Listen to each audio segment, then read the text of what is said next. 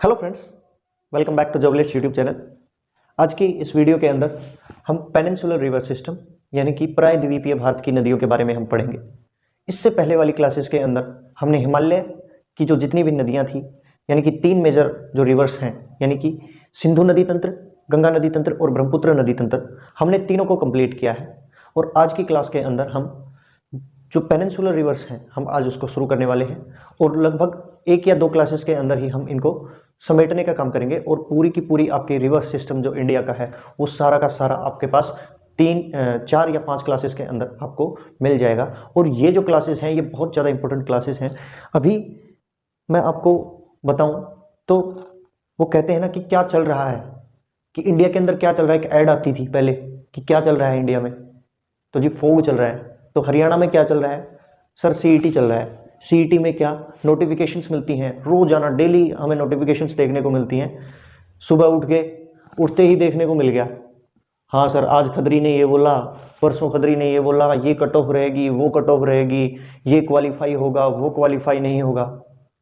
और कुछ एस्पिरेंट्स ऐसे भी होंगे जो हर रोज इनके बहकावे में आते रहते हैं और अपना जो काम है, जो प्राइमरी जो काम है उसको छोड़ के ये सेकेंडरी यानी कि जो रिजल्ट पे ध्यान देते हैं वो प्रोसेस पे ध्यान नहीं देते। प्रोसेस का मतलब पढ़ाई से है।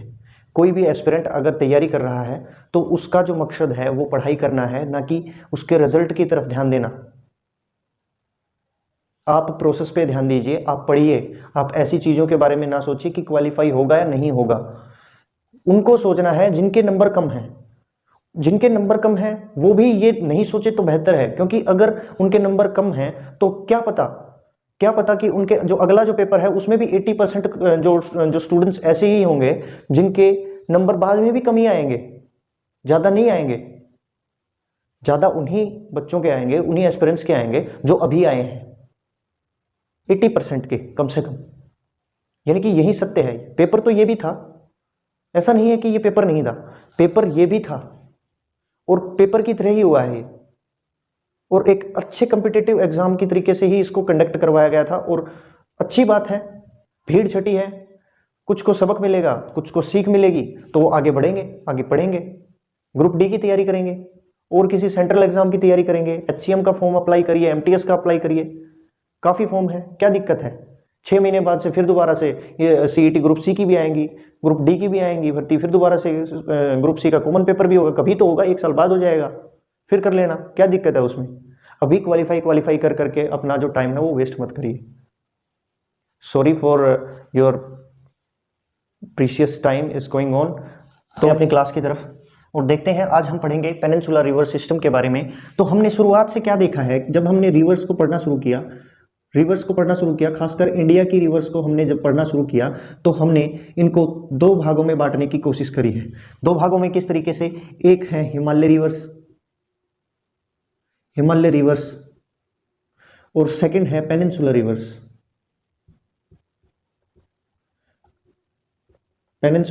रिवर्स। हिमालय रिवर्स हम कंप्लीट कर चुके हैं, जिसके अंदर हमने पढ़ा था सिंधु को, जिसको इंग्लिश में बोलते हैं इंडस रिवर हमने पढ़ ली है। सेकंड हमने पढ़ी थी गंगा और थर्ड हमने पढ़ी थी ब्रह्मपुत्र। हमने इन तीनों को कंप्लीट कर दिया है। अभी हम पढ़ने वाले हैं पेनिनसुलर रिवर्स को। पेनिनसुलर रिवर्स भी आपकी 2 तरीके से हम पढ़ेंगे।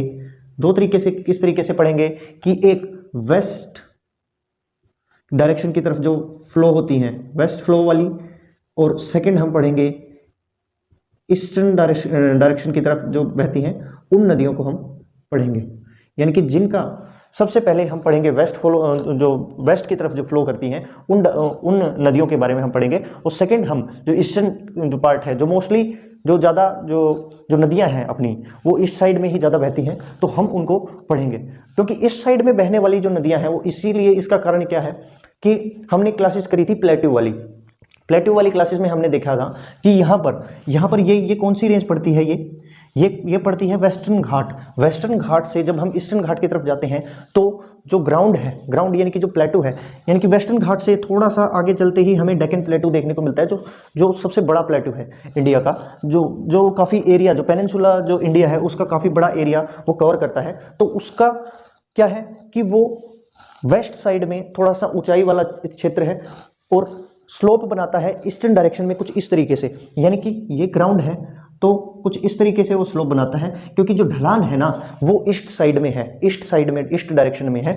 और वेस्ट साइड में क्या है, थोड़ा सा उठा हुआ क्षेत्र है। इसी वजह से जो जितनी भी नदियां हैं वो बहाव उनका किस तरफ होता है, बहाव उनका होता है ईस्ट डायरेक्शन की तरफ, यानी कि बे ऑफ बंगाल के साइड में जाके ये गिरती हैं। सारी की सारी जितनी भी ईस्ट साइड की जो ज़्यादा नदियाँ हैं वो बे ऑफ बंगाल में गिरती हैं। और यहाँ पर ये कौन सा है, अरेबियन सी है। ये क्या है, ये है अरेबियन सी, जो अरब सागर हम जिसे बोलते हैं। और पेनिनसुलर इसको क्यों बोला जाता है, पेनिनसुला का मतलब क्या होता है, प्रायद्वीप का मतलब क्या होता है। प्रायद्वीप हम उस क्षेत्र को कहते हैं जो land area that is covered by water from 3 sides, जो पानी से लगभग 3 हिस्सों से जो घिरा हुआ जो क्षेत्र होता है उसको हम पेनिनसुला बोलते हैं, प्रायद्वीप बोलते हैं। यानी कि एक साइड से बे ऑफ बंगाल और अरेबियन सी, यानी कि ये जो पूरा जो क्षेत्र है, ये तीनों साइड, ये 1, 2 और तीसरी, ये तीनों साइड से जो क्षेत्र है ये पूरा का पूरा पानी से घिरा हुआ है। इसीलिए हम इसको प्रायद्वीपीय भारत बोलते हैं। यानी कि जो विंध्या जो श्रेणी है उससे नीचे का जो क्षेत्र है वो पूरा का पूरा ये प्रायद्वीपीय भारत माना जाता है। तो आज हम वेस्ट फ्लो वाली जो जितनी भी नदियां हैं हम उनको पढ़ेंगे, जैसे कि नर्मदा है, नर्मदा नदी को पढ़ेंगे हम, उसके साथ तापी नदी पढ़ेंगे, फिर माही,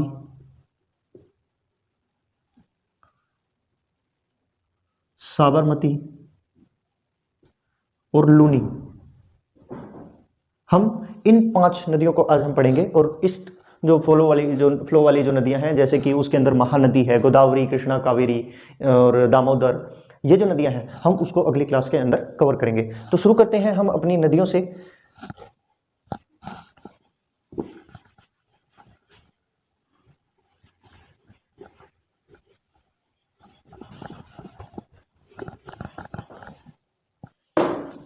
सबसे पहले हम पढ़ेंगे नर्मदा नदी को।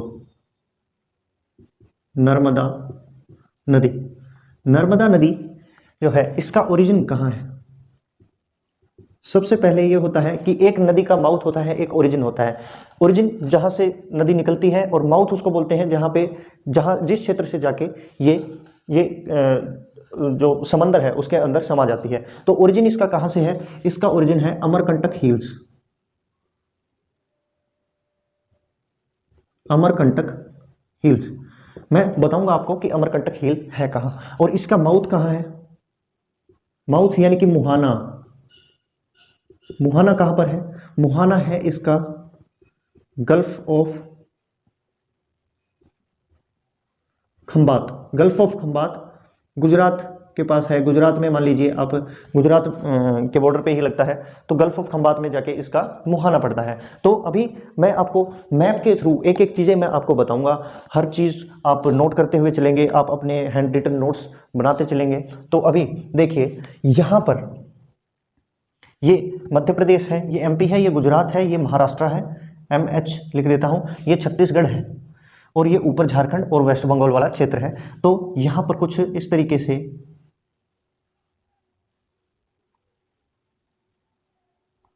ये है विंध्या श्रेणी। ये कौन सी श्रेणी है, ये विंध्या श्रेणी इसको बोला जाता है। और इसके नीचे कौन सी श्रेणी है, ये है राजपीपला हिल्स। राजपीपला हिल्स बोला जाता है इसको महादेव हिल्स बोला जाता है। और यहाँ पर कुछ इस बॉर्डर के ऊपर है क्या, मैकाल हिल्स हैं। और यहीं से एक पहाड़ी पड़ती है, यहाँ पर कुछ अमरकंटक हिल्स पड़ती हैं। अमरकंटक हिल्स ये क्या है, अमरकंटक पहाड़ी। अमरकंटक पहाड़ी से निकलती है अपनी नर्मदा रिवर। यानी कि इन तीनों से मिलके ये जो तीनों हैं ये मिलके कौन सी पर्वत श्रेणी बनाते हैं, ये बनाते हैं कौन सी, सतपुड़ा श्रेणी बनाते हैं। और सतपुड़ा और विंध्या रेंज के बीच से ही गुजरती है अपनी नर्मदा रिवर। कुछ इस तरीके से बहती हुई आती है ये, कुछ इस तरीके से, और गुजरात और मध्य प्रदेश महाराष्ट्र के बॉर्डर पे भी लगती हुई आती है, और कुछ इस तरीके से आके और गल्फ ऑफ खंबात के अंदर आके गिर जाती है। गल्फ ऑफ खंबात ये वाला जो एरिया आपको दिखाई दे रहा है, ये वाला जो एरिया है ये सारा का सारा गल्फ ऑफ खंबात बोला जाता है। इसकी यहाँ पर जो मैक्सिमम जो चौड़ाई है लगभग 50 किलोमीटर तक की, होती है और ये लगभग ऊपर 20 किलोमीटर तक चौड़ा होता है और यहाँ पर ही आके ये नर्मदा जो रिवर है ये आके गिर जाती है, कहाँ पर, गल्फ ऑफ खंबात में गिर जाती है और ये एस्चुरीज का निर्माण करती है, एस्चुरी फॉर्मेशन करती है। एस्चुरी क्या होती है? एस्चुरी और डेल्टा मैंने आपको बताया हुआ है। एस्चुरी क्यों करती है? क्योंकि ये जो है इसका एस्चुरी बनाने का कारण क्या है? एस्चुरी का मतलब होता है हिंदी में ज्वारंदमुख, ज्वारंदमुख बनाती है ये, क्योंकि ये रिफ्ट वैली से होके गुजरती है, रिफ्ट वैली, रिफ्ट वैली से होके गुजरती है। रिफ्ट वैली किस तरीके से? यानी कि दो पहाड़ हैं, ये विंध्या श्रेणी है, ये बीच में नीचे सतपुड़ा श्रेणी है और इसके बीच में एक खाई यानी कि एक गहरी पथरीली खाई का निर्माण होता है, उसको ही हम रिफ्ट बोलते हैं, रिफ्ट वैली बोला जाता है। क्योंकि वो रिफ्ट वैली जब पथरीली होती है, पत्थर ही पत्थर होंगे, किसी क्षेत्र में अगर पत्थर ही होंगे तो वो बहाएगी क्या? नदी क्या बहाएगी? पत्थर ही बहाएगी और पत्थर बहाएगी तो उससे एस्चुरी का निर्माण होता है। और जो एस्चुरी किस तरीके से बनती है? एक रिवर है, इस तरीके से फ्लो होती है, यहाँ पर उसने समंदर में गिरना है और वो डायरेक्ट जाके गिर जाती है, तो उससे क्या बनता है? साइड साइड में बड़े बड़े पत्थर जो है इकट्ठा हो जाते हैं, उनको एस्चुरीज बोला जाता है। और एक इसी तरीके से अगर एक नदी है वो अलग अलग तरीके से अपनी शाखाओं में बट जाती है और फिर जाके किसी समंदर में जाके गिरती है, तो और साइड साइड में मिट्टी के जो छोटे छोटे डेल्टा है उनका निर्माण करती है, तो उसको डेल्टा बोला जाता है। इसी तरीके से ये एस्चुरीज का फॉर्मेशन करती हैं। एस्चुरी का सबसे ज़्यादा फॉर्मेशन जो है नर्मदा रिवर करती है, जो कि यहाँ पे मैंने ड्रॉ कर दी है। और इसी के ऊपर, नर्मदा रिवर के ऊपर ही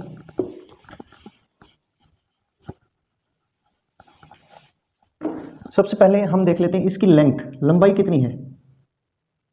लंबाई की बात करें तो ये लगभग 1312 किलोमीटर की डिस्टेंस ट्रेवल करती है और ये वेस्टवर्ड डायरेक्शन में बहने वाली सबसे लंबी नदी है इंडिया की, सबसे लंबी नदी है इंडिया की। और ये ज़्यादातर क्या है? ये वर्षा पर निर्भर करने वाली नदियाँ होती हैं। हिमालय वाली जो नदियाँ हैं उनका सोर्स क्या होता है? झील होती हैं या फिर उनका ग्लेशियर्स होते हैं। तो इनका जो मेन सोर्स है वो रेनफॉल है। इनका जो पानी का स्रोत है वो वर्षा का पानी होता है। तो इसकी जो लंबाई है लगभग 1312 किलोमीटर की इसकी लंबाई है। और यहाँ पर इसी नदी के ऊपर एक धुआंधार जलप्रपात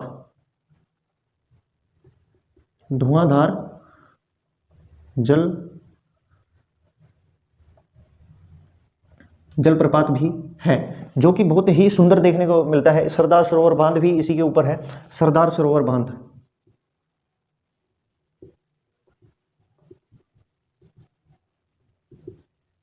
इसी नदी के ऊपर है। और इसी डैम के पास ही अपनी स्टैच्यू ऑफ यूनिटी का निर्माण किया गया है, जो कि 182 मीटर की है, 182 मीटर्स की है। और ये किसको डेडिकेटेड है? ये है किस इंडिपेंडेंस एक्टिविस्ट हैं ये, जिनका नाम है सरदार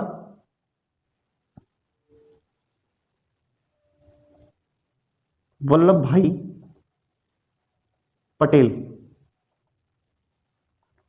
ये इंडिया के पहले डिप्टी प्राइम मिनिस्टर हैं, as well as he was also the first independent India home minister, independent India के होम मिनिस्टर। और ये पहले डिप्टी प्राइम मिनिस्टर भी रह चुके हैं इंडिया के। और इन्हीं की जो मूर्ति है वो, उसका नाम क्या है? स्टैचू ऑफ यूनिटी बोला जाता है, जिसकी हाइट कितनी है? 182 मीटर्स की है, जो कि कहाँ पर है? नर्मदा रिवर के ऊपर ही है। सरदार सरोवर बांध भी इसी रिवर के ऊपर है और आपका धुआंधार जलप्रपात भी इसी नदी के ऊपर ही है, सिचुएटेड है। तो ये चीज़ें थी, बहुत ज़्यादा इंपॉर्टेंट थी नर्मदा रिवर के बारे में। आप चाहें तो इसको नोट डाउन कर सकते हैं, आप इसका ओरिजिन, इसका जो मुहाना है उसको अच्छे से देख सकते हैं। स्टैच्यू ऑफ यूनिटी जो है कहाँ है, ये भी बार बार पूछा जाता है, किस रिवर के ऊपर पड़ता है। धुआंधार जलप्रपात कहाँ है, ये भी पूछा जाता है। इसकी लंबाई भी पूछी जाती है, कई किताबों में इसको 1310 किलोमीटर भी दिखाया गया है, पर 1312 किलोमीटर जो ज़्यादा सर्च करने पे जो पता चलता है वो बनता है। अच्छा, एस्चुरीज का फॉर्मेशन कौन सी नदियाँ करती हैं? तो तापी रिवर करती है और नर्मदा रिवर करती है ज़्यादा, और रिफ्ट वैली से होकर गुजरने वाली नदी है। और ये विंध्या और सतपुड़ा के बीच से गुजरती है। ये ऐसी नदी है जो वेस्टवर्ड डायरेक्शन की सबसे लंबी नदी है। आप चाहें तो इसका स्क्रीनशॉट ले सकते हैं।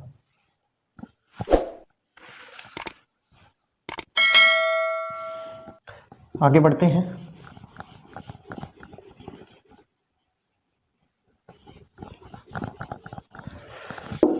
आगे बात करते हैं तापी रिवर के बारे में। तापी, या फिर इसको ताप्ती भी बोला जाता है, ताप्ती नदी या तापी नदी भी बोला जाता है। तो इसका ओरिजिन सबसे पहले बात करें, ओरिजिन की बात करें तो इसका origin Multai Betul district, Betul district है ये, जो एमपी के अंदर पड़ती है, यानी कि मध्य प्रदेश में इसका ओरिजिन होता है।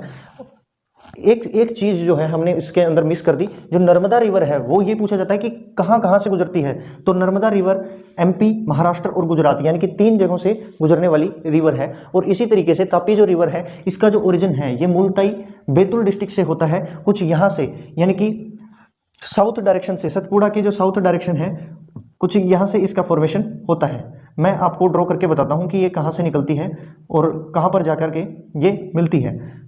ये कुछ इस यहां से निकलती है और यहां सूरत पड़ता है यहां पर,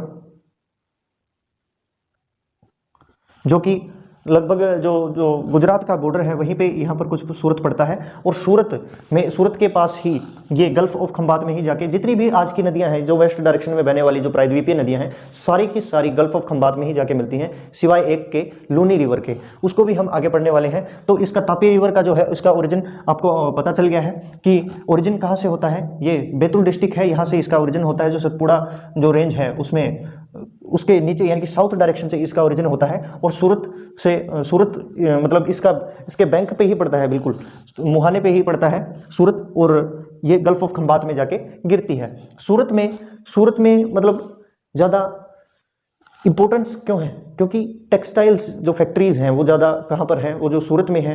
तो इसी वजह से जो ये नदी है ये बिल्कुल पास में पड़ती है और इससे ज़्यादा उनको बेनिफिट होता है। और तापी रिवर से बहुत ही ज़्यादा एग्रीकल्चर को भी ज़्यादा बढ़ावा मिलता है। और ये जो है इसकी यानी कि नर्मदा रिवर की ट्विन सिस्टर के नाम से भी जानी जाती है। Twin sister of Narmada, twin sister of Narmada के नाम से भी तापी रिवर को जाना जाता है। तो ये थी जानकारी तापी रिवर के बारे में। अभी हम पढ़ेंगे क्या, अभी हम पढ़ेंगे माही नदी के बारे में। देखते हैं एक बार, माही रिवर है, ये कहां से निकलती है, ये इसका ओरिजिन है कहां से है, विंध्या रेंज एमपी यानी कि मध्य प्रदेश से इसका ओरिजिन होता है। मैं आपको ड्रॉ करके बताता हूं कि किस तरीके से क्यों इंपॉर्टेंट है माही रिवर। माही रिवर जो है कुछ यहां से निकलती है इस तरीके से। ये क्या है, ये एमपी वाला एरिया है, कुछ इस तरीके से अपवर्ड डायरेक्शन में चलती है और यहां से यानी कि और फिर से ये वापस आके कुछ इस तरीके से मिल जाती है। कहने का मतलब क्या हुआ, कहने का मतलब ये हुआ माही रिवर क्यों ज़्यादा इंपॉर्टेंट है। मेन बात ये है, माही रिवर का जो स्ट्रक्चर है निकलने का कुछ इस तरीके का स्ट्रक्चर है माही रिवर का, और यहाँ से ये विंध्या रेंज पड़ती है। इसका इंपॉर्टेंस इसलिए है, माही रिवर को पढ़ना इंपॉर्टेंट इसलिए है क्योंकि ये जो रिवर है ये ट्रॉपिक ऑफ कैंसर को 2 बार काटती है। इंडिया की ऐसी कौन सी रिवर है, ये पूछा जाएगा कि इंडिया की ऐसी कौन सी रिवर है जो ट्रॉपिक ऑफ कैंसर को 2 बार काटती है। आप कुछ इस तरीके से समझिए, ये मान लीजिए अपनी अर्थ है और ये है इक्वेटर, ये क्या है अपनी इक्वेटर है, और ये है ट्रॉपिक ऑफ कैंसर और ये है Tropic of Capricorn. Tropic of Cancer को कर्क रेखा बोला जाता है, इक्वेटर को भूमध्य रेखा और ट्रॉपिक ऑफ कैप्रिकॉर्न को मकर रेखा बोला जाता है। तो कर्क रेखा को 2 हिस्सों में काटने वाली यानी कि 2 बार काटने वाली रिवर कौन सी है, इकलौती रिवर है ये माही रिवर जो है ये ट्रॉपिक ऑफ कैंसर को 2 बार काटती है। इसी तरीके से भूमध्य रेखा को 2 बार काटने वाली रिवर कौन सी है, उसका नाम है कांगो रिवर। और इसी तरीके से कैप्रिकॉर्न को 2 बार 2 हिस्सों में काटने वाली जो रिवर है उसका क्या नाम है, उसका नाम है लिम्पोपो रिवर। और ये दोनों की दोनों रिवर्स अफ्रीका के अंदर पड़ती हैं, अफ्रीका कॉन्टिनेंट के अंदर पड़ती हैं। अफ्रीका कॉन्टिनेंट का हिस्सा, अफ्रीका कॉन्टिनेंट के अंदर आती हैं कांगो भी और लिम्पोपो रिवर भी। ये ज़्यादा इंपॉर्टेंट पार्ट है माही नदी को पढ़ने का, इसलिए ज़्यादा इंपॉर्टेंट पार्ट है क्योंकि ये जो रिवर है ये अपनी कर्क रेखा को, जो कि इंडिया के 8 राज्यों से होकर गुजरती है, उसको 2 हिस्सों 2 बार काटने का काम करती है माही रिवर, और बाद में आकर के कहाँ पर मिलती है, ये कहाँ पर मिलती है, ये गल्फ ऑफ खंबात के अंदर आकर मिलती है। यहाँ पर मैं लिख ही देता हूँ कि गल्फ ऑफ खंबात,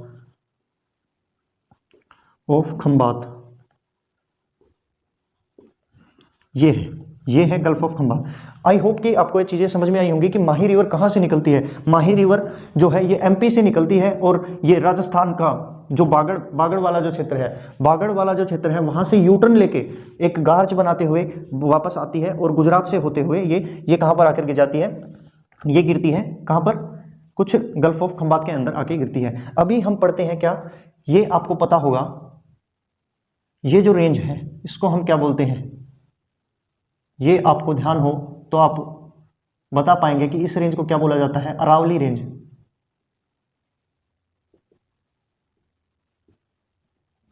जिसने माउंटेन्स वाली क्लास नहीं देखी है अपनी, उसको थोड़ी सी डिफिकल्टी हो सकती है। हमने एक एक चीज को स्टेप वाइज चले हैं, हम पहले हमने माउंटेन्स को कंप्लीट किया, फिर प्लेट्यूज, और फिर हम नदियों पर आए हैं। ऐसा नहीं है कि हमने उठाया और सीधा नदियां पढ़ना शुरू कर दिया, ऐसे बिल्कुल नहीं है। हमने पहले माउंटेन्स को कवर किया था क्योंकि हमें पता है कि कौन सी रिवर कहाँ से निकलेगी और कहाँ से फ्लो करेगी, तो उसी तरीके से हमने इन चीज़ों को पढ़ने की कोशिश करी है। तो आई होप कि आपको तापी और माही रिवर आपको समझ में आई होंगी। अभी हम साबरमती और लूनी नदी को पढ़ेंगे, आप चाहें तो इसका स्क्रीनशॉट ले सकते हैं।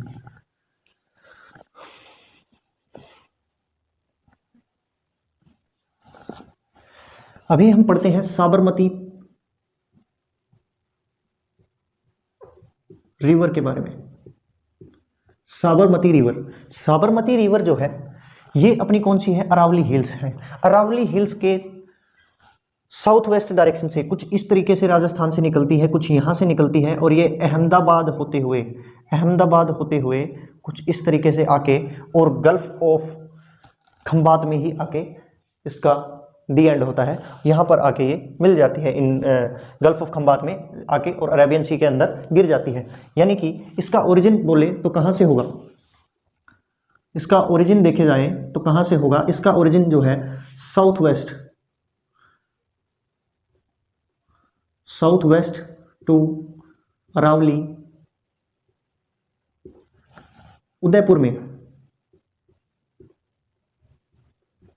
उदयपुर से इसका ओरिजिन होता है। और इसका जो माउथ है कहाँ है, माउथ पूछा जाए तो गल्फ ऑफ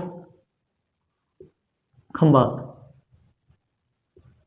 इनकी कुछ छोटी छोटी सी सहायक नदियां भी हैं, ट्रिब्यूटरीज भी हैं, जो पढ़ने के लिए ज़्यादा इंपॉर्टेंट नहीं है, ना ही आपके पेपर में पूछी जाएगी। तो ये सिर्फ पूछा जाएगा कि साबरमती जो रिवर है वो कहाँ से निकलती है, यानी कि राजस्थान से निकलती है और गुजरात में आके, गुजरात से होते हुए कहाँ पर जाके गिरती है, तो गल्फ ऑफ खंबात में जाके गिरती है। ये चीज़ें आपसे बार बार पूछी जाएंगी। ये कहाँ से ट्रैवल करती है, अहमदाबाद किस नदी के किनारे पर बसा हुआ है, तो वो साबरमती नदी के किनारे पर बसा हुआ है। अभी जो लास्ट जो रिवर है उसका नाम है लूनी रिवर को पढ़ना ज़्यादा इंपॉर्टेंट इसलिए है क्योंकि आपको पता है कि ये अरावली रेंज है, अरावली रेंज से इस साइड का हिस्सा यानी कि वेस्टर्न जो पार्ट है ये थार मरुस्थल बोला जाता है, थार वाला क्षेत्र जो बोला जाता है, और ये थार क्षेत्र की सबसे लंबी नदी है, थार क्षेत्र की, क्योंकि ये शुष्क एरिया माना जाता है। ना तो यहाँ पे मानसून जाते हुए मिलती है, ना आते हुए मिलती है, यहाँ पर यानी कि सबसे कम वर्षा वाला क्षेत्र है। और यहीं से आपको लूनी रिवर का ओरिजिन देखने को मिलेगा कि इसका ओरिजिन जो है, इसका ओरिजिन पूछे तो ओरिजिन कहाँ से होगा, ओरिजिन होगा इसका अजमेर से। अजमेर में कहाँ, पुष्कर वैली से इसका फॉर्मेशन, इसका जो ओरिजिन होता है। और पुष्कर वैली की कौन सी हिल, यानी कि नाग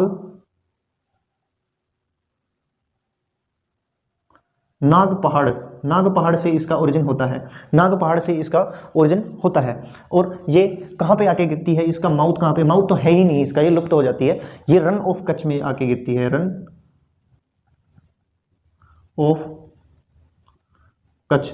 मैं आपको समझाऊं तो कुछ इस तरीके से ये अरावली के इस साइड से निकलती है, अजमेर साइड से निकलती है, और इस तरीके से आती ये जो रिवर है कुछ यहाँ पर यहाँ पर आके लुप्त हो जाती है। ये रन ऑफ कच्छ में, यानी कि गुजरात के रन ऑफ कच्छ में आके ये लुप्त हो जाती है। गुजरात में, गुजरात के रन ऑफ कच्छ में आके लुप्त हो जाती है। इसकी लेंथ पूछे, इसकी लेंथ पूछे तो कितनी है? 511 किलोमीटर इसकी लेंथ है। 511 किलोमीटर की ये दूरी तय करती है। और इसका दूसरा नाम भी अगर पूछे तो इसका नाम क्या हो जाएगा? ये तो थी साबरमती नदी, और इसका जो दूसरा नाम है वो क्या हो जाएगा? सागरमती। साबरमती और सागरमती में आपको डिफरेंस याद रखना पड़ेगा। ये सागरमती है, आप इस तरीके से याद रख सकते हैं कि सागर, सागर का मतलब क्या होता है? समुद्र, और समुद्र का पानी क्या होता है? खारा होता है। और लूनी जो रिवर है ये अपने खारे पानी के लिए फेमस है। इसका पानी जो है वो बहुत ज़्यादा खारा होता है। राजस्थान का कुछ क्षेत्र, यानी कि कुछ क्षेत्र ऐसा है जो बिल्कुल बहुत ही नमकीन है, जहाँ पर लूनी मिट्टी होने के कारण इसका नाम क्या पड़ गया? लूनी रिवर पड़ गया था, और जिसको सागरमती भी नाम से जाना जाता है। और साबरमती और सागरमती में आपको डिफरेंस याद रखना है। तो ये थी आज की नदियां, जिसको हमने आसानी से कवर कर लिया। आप चाहें तो इसका स्क्रीनशॉट ले सकते हैं।